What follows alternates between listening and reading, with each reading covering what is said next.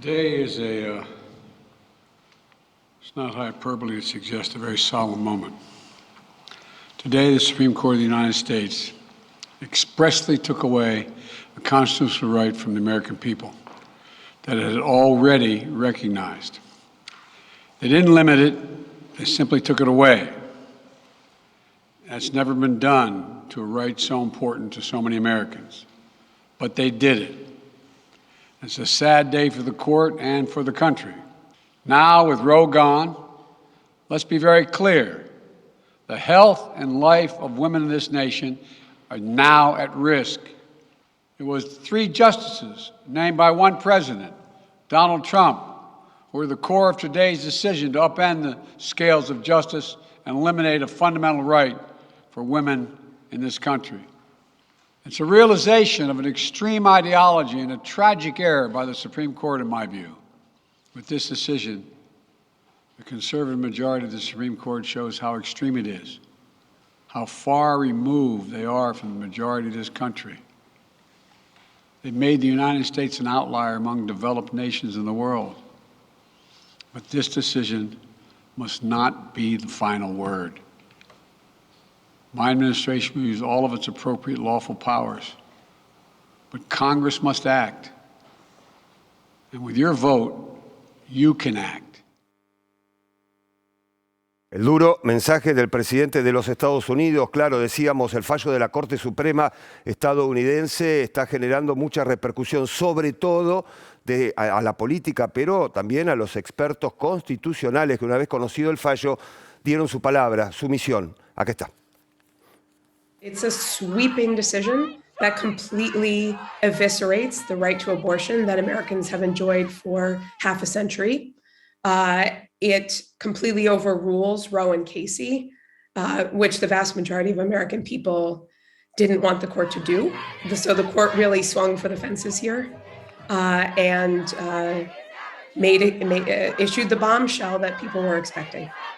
Well, I would say that the conservative movement in this country have been working for decades for this outcome. So it's not a shock.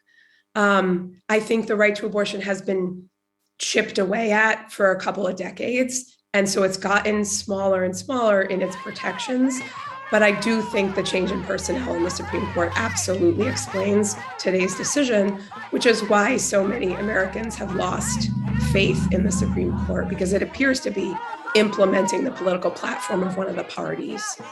It's going to take something that was, accepted medical practice for half a century and suddenly make it illegal. I believe it will, of course, hurt poor women and uneducated women more than it will hurt educated women. And it's just one more issue that's going to tear the country in two, because we're going to have states that are outlawing abortion outright, and we're going to have states that are, as we speak, expanding their capacity to conduct abortion.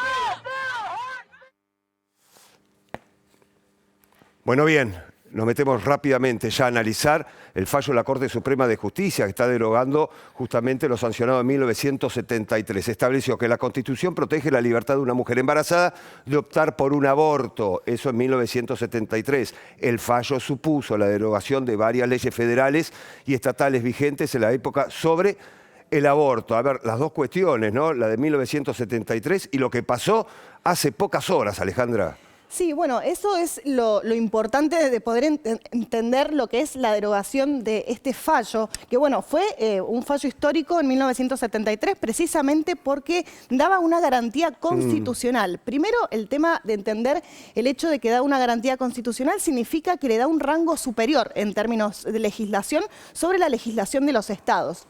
Ello supuso derogación de varias leyes restrictivas. Por ejemplo, hay estados donde el aborto está prohibido o donde está restringido a las primeras 3 semanas, donde se penalizan, por ejemplo, a las mujeres, a las clínicas, etc. Bueno, todo eso quedó de alguna forma menguado por este fallo que ahora se empieza a derogar y es donde empiezan a surgir justamente los fallos estatales, la legislación estatal que es restrictiva del aborto. Y eso es lo que se empieza a perder al derogar el fallo Roe versus Wade.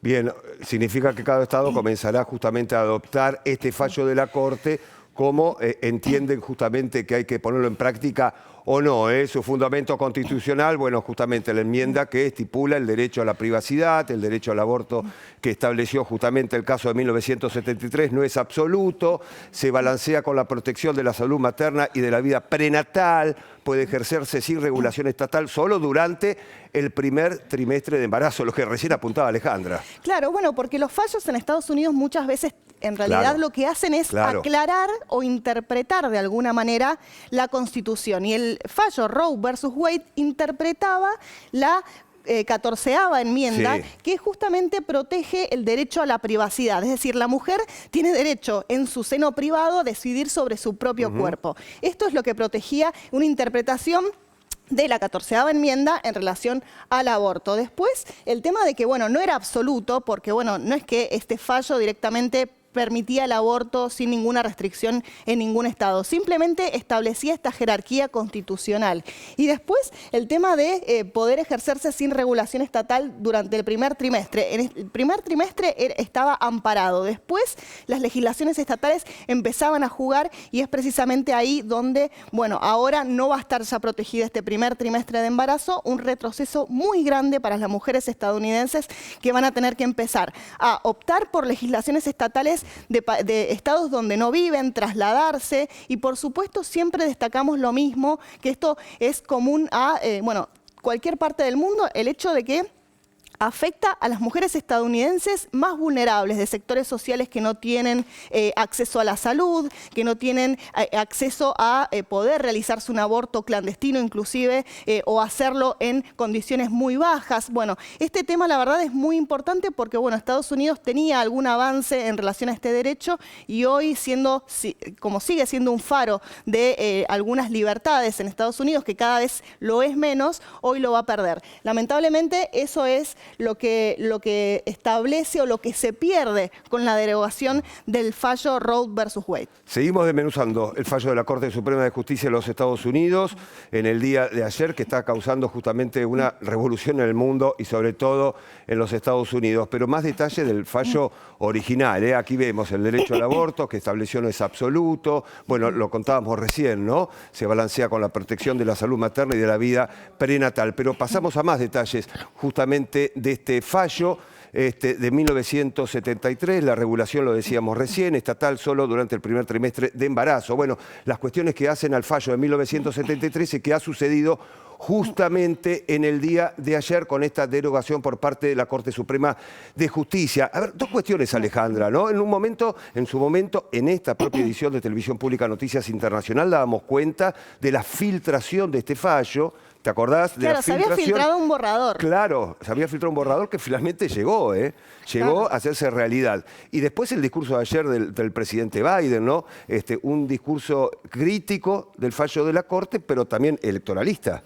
Sí, bueno, es que hay que pensar que esto pasó el día viernes. Claro, el día jueves, claro. Primero contextualizar, la Corte Suprema de los Estados Unidos tiene mayoría conservadora, este fue un logro de Donald Trump antes de irse del gobierno. El día anterior, la Corte Suprema había derogado otro fallo histórico que justamente limitaba la aportación de armas. Al día siguiente emite este fallo restringiendo la posibilidad de abortar. Esto es parte de una ofensiva judicial muy grande que está estableciendo la posición conservadora en los Estados Unidos contra otra oposición más liberal y por supuesto Biden, que se posiciona justamente en defensa de estos derechos, está pensando en las elecciones legislativas de dentro de unos meses. Bueno, bien. La Corte clasificó el derecho al aborto como fundamental. Esto de 1973. Esto pasa de 1973 y lo que narrábamos recién y analizábamos con Alejandra y con el equipo, lo que pasó en el día de ayer. Augusto, una primera visión, lo que está pasando hoy en los Estados Unidos, ¿no? Sí, bueno, es muy importante lo que comentó Alejandra respecto de cómo arrancó la semana, ¿no? La Corte Suprema con este fallo en contra del control de armas. En la previa de una iniciativa legislativa que iba a lanzar el gobierno de Biden al Congreso, dejando, sepultando esa iniciativa y esa agenda política que tenía el gobierno de los Estados Unidos. Yo creo que desde el enfoque más político, recién se desmenuzó muy bien los aspectos legales de este fallo, me parece que hay que prestar el ojo para ver cómo, primero, cuál es el nivel de masividad que puede haber en algunos estados de Estados Unidos a la hora de movilizarse en contra de este fallo. Ya los hubo ayer, ¿eh? Los hubo exactamente, Los hubo. pero habrá que ver cuán determinante puede ser, sobre todo para que los demócratas empiecen a movilizar esa base más progresista, si se quiere, de cara a las elecciones de noviembre. Es muy importante para Biden poder encontrar una agenda de consenso importante en una situación de Estados Unidos muy compleja, con crisis económica, con inflación, y algunos hablan inclusive de posible recesión, que ya estaban vaticinando una derrota importante para las elecciones de noviembre. Me parece que este tipo de fallos puede llegar a ser un empuje para que los demócratas empiecen a movilizarse en ese sentido. Y por otro lado, me parece que, digamos, que los dos fallos, el del aborto y el de las armas, hayan sido 6-3 justamente después de que Trump haya nombrado 3 jueces conservadores en la Corte, habla de cómo, más allá de que Trump esté fuera del gobierno, cómo condiciona o cómo preformatea el diseño nuevo, ¿no? El nuevo diseño institucional tal vez que tenga Estados Unidos en los próximos años, y eso no va a ser fácil de revertir. Me parece que es un desafío importante para el gobierno de Biden pensar una estrategia para tratar de capitalizar este descontento que genera algo muy extraño que Nancy Pelosi diga la Corte Republicana, ¿no? De Estados Unidos siempre muy institucionalista. Bueno, ahora están hablando de la Corte Republicana. Ever. Sí, no, iba a retomar justamente en base a lo que decían anteriormente los colegas. Es efectivamente la consecuencia también de esta modificación de la Corte y a su vez las consecuencias instantáneas y concretas que tiene un fallo de este tipo. Recordemos, 1 hora después del fallo, el Estado de Missouri declara inconstitucional, o digamos la prohibición a partir de esta caída, de esta prescripción constitucional previa, mejor dicho, la imposibilidad entonces de abortos en ese estado. Son 13 estados en total del sur y del centro de los Estados Unidos que automáticamente contaban, esto aclarémoslo también, hay varios estados conservadores que contaban con una suerte de cláusula gatillo en su legislación que se activa automáticamente a partir de un fallo de este tipo. Es decir, un mecanismo que desde lo judicial incide directamente en derechos efectivos y es una intromisión en la discusión que política. si la Corte Suprema de Justicia falla como falló ayer, esa cláusula gatillo se activa en forma inmediata. Exactamente. Por eso fue el primer estado justamente en manifestarse sobre esta cuestión. Y rápidamente 3 estados pasaron a activar esta cláusula que impide, por lo tanto, llevar adelante los abortos como se llevaba adelante gracias a este fallo que los habilitaba. Por lo tanto, las consecuencias son directas, son instantáneas casi, y efectivamente vemos cómo hay un sistema judicial y una corte modificada. 3 jueces en 4 años modificó Trump. 3 jueces en 4 años, cómo esto condiciona la discusión política y sobre todo los derechos efectivos de la población norteamericana. Bueno,